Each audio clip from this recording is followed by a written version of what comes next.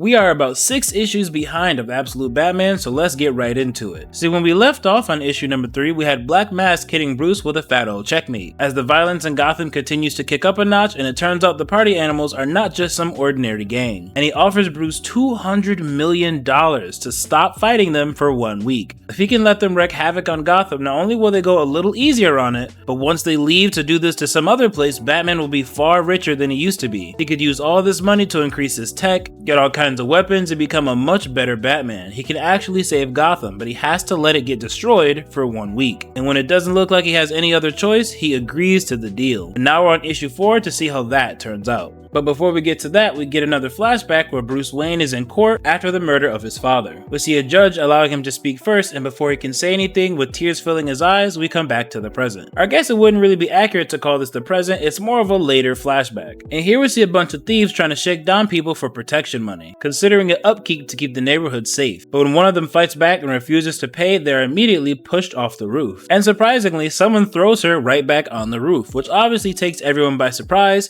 and this is the part where I fully expected to see Bruce only to see whatever the hell that thing is. And as it immediately jumps down, screeching like a wild animal, it bites the first guy on the neck and starts slashing and ripping these guys to pieces. And we see this person is really trying to act like a vampire, really trying to sell the shtick, with the hissing and the biting on the neck and the slashing, and in the end, they even get the better of one of the thieves and pulls a gun, ready to blow his head off. As we get into another flashback within our flashback where Bruce says, "I chose a bat." And we see that Bruce chose a bat-themed bridge to build for his Young Engineers competition, as he has to choose an animal from a distressed area. And he chooses a bat because bats are intimidating, which leads his father to question him, would a place in need really need something so intimidating? But Bruce lets him know it'll make the people inside feel safe and protected. And he lets his father know that the bridge he's building is very strong, and this is all pretty reminiscent of who he is as Batman, as not only does he become 400 goddamn pounds of muscle, but with the giant bat suit he does look incredibly intimidating, and is meant to put the fear of God to the people on the outside, while the people inside Gotham, the people that have nothing to fear, should feel protected when they see him. And although this makes perfect sense to Bruce, his father seems to still kind of disapprove, as he just hits him with a "good job, good luck with it, son." And we go back to this vampiric looking Batman, and we see that this is actually a younger Bruce first trying out his Batman persona. Clearly he was going for something far scarier. And as he continues to intimidate the thief with a gun to his head, we see the rest of the guys come up trying to stop him, so he takes his exit. As he questions himself on what exactly he's doing, he does not approve of this version of Batman. And we get a bit of an explanation on why the hell he looks like this, as it's clearly a much younger Bruce, I would assume in his teenage years,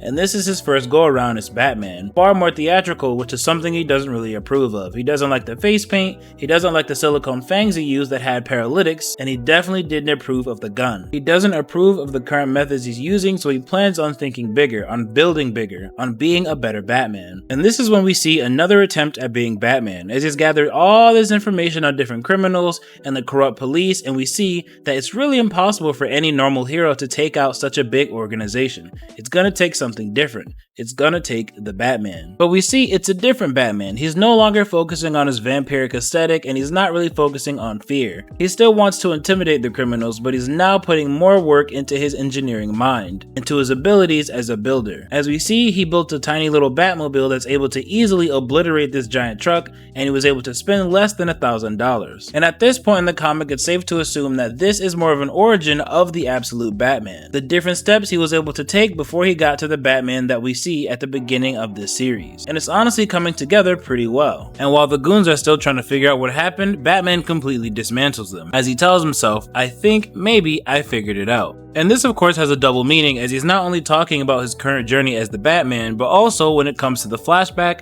where he built his bat-themed bridge. And I think the writing is amazing, as he explains all the information he knows about bats and how wherever they are, they use echolocation to map out an area. They learn it and they adjust to succeed wherever they are. And he built his bridge the same way, as it has different adjustable parts, symbolizing the adaptability of the bat. And I find it so cool that this can all also be traced back to his journey as Batman, as the way he's talking about the adaptability of the bat and how he used that inspiration to make the bridge adaptable, he has also become an adaptable hero, completely completely changing his approach to the criminal element, becoming smarter, becoming a builder, using what he's good at, and over time becoming the absolute Batman. He had to change and adapt to his surroundings as it was the only way to be an effective hero. And I love the conversation between Bruce and his father as he talks about his own past and why he wanted to become a doctor, and how his own father, Bruce's grandfather, dropped dead right in front of him from massive coronary. And this made him want to become a doctor. This made him want to protect people from not having to go through what he went through. Pretty similar to how Batman feels about the death of his parents in the OG universe. But this all changed once they had Bruce Wayne, as he had to change his career and he ended up becoming a teacher so that he could make kids feel safe and prepare them for the world. And it's funny, as he says maybe in another life he was a doctor, and of course we know in the OG universe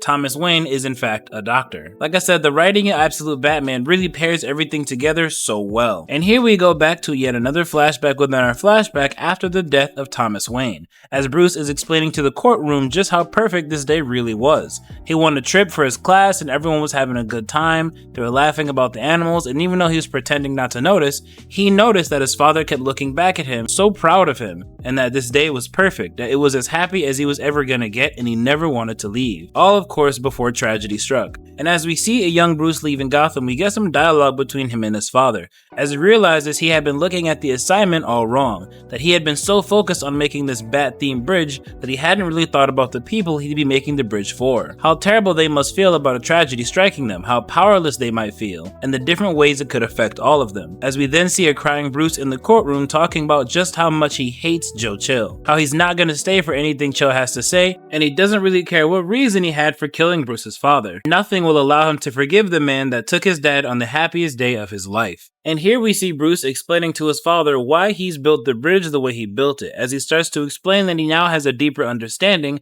of what his bat needs to be. As he states, it should be even more intimidating, and we see a young Bruce packing on a crazy amount of muscle. He says it should be more adaptable than ever, as we see him building his armor that we've seen can transform and has different weapons inside of it. He talks about how it should map further than ever before, roosting in all sorts of new places, just taking spots over. As we know, Bruce has multiple different bat caves in different spots of the city. So many spots in the city that it actually forms a bat inside Gotham. And as his father is curious what exactly did he build, we see Bruce testing out his armor, and we see Kid Bruce about to unveil his new version of his bridge, his new way of protecting people in this hypothetical for his assignment, while also showing us just how much he's improved as the Absolute Batman to actually protect the people of Gotham. Now, not only is it incredibly adaptable, but he's made it so that people can actually drop this bridge anywhere whenever they need it, and that the people can use it for aid, for defense, for offense. It's not just some adaptable bridge, it's a way for the people to make the bridge their own, to protect themselves, and to make them feel safe. As we then see Bruce doing some reconnaissance, looking at all the corrupt politicians, as he remembers all of the promises they made to the people of Gotham, as it wouldn't take much for any of these people to keep their promises and actually help the people of Gotham, but instead they sit here in their palace bleeding Gotham dry, killing the city from the inside with backroom deals, lies, and manipulation. And Batman has truly had enough, as he vows to take them all down. And as Batman jumps off into the night, we still see the conversation between Kid Bruce and his father, as he tells him that the bat is the only mammal that can fly. He feels like the bat is a creature that shows them they can beat anything holding them down, and that to the bat, nothing is impossible. So we see his connection to a bat is far deeper in the Absolute universe than it is in the OG universe, as if I remember correctly, the OG Batman saw the frightening nature of the bat and was able to use this creature of the night to put the fear of God into the criminal element. He didn't seem anywhere near as fascinated as the Absolute Bruce Wayne is. Now, after having his origin beautifully laid out for us, we are now here in the present where we see an elderly Joe Chill being met by Bruce Wayne. As if you guys remember, in the courtroom, he was too angry to hear anything Joe Chill had to say. He doesn't care about any reasons on why he will kill his father. But here now, although he's still struggling with the rage, he wants to know, what did Joe Chill need to say? And this is where we end the issue, and we will pick back up on Absolute Batman number 5. But I do hope you guys enjoyed the video, and I will catch you on the next one.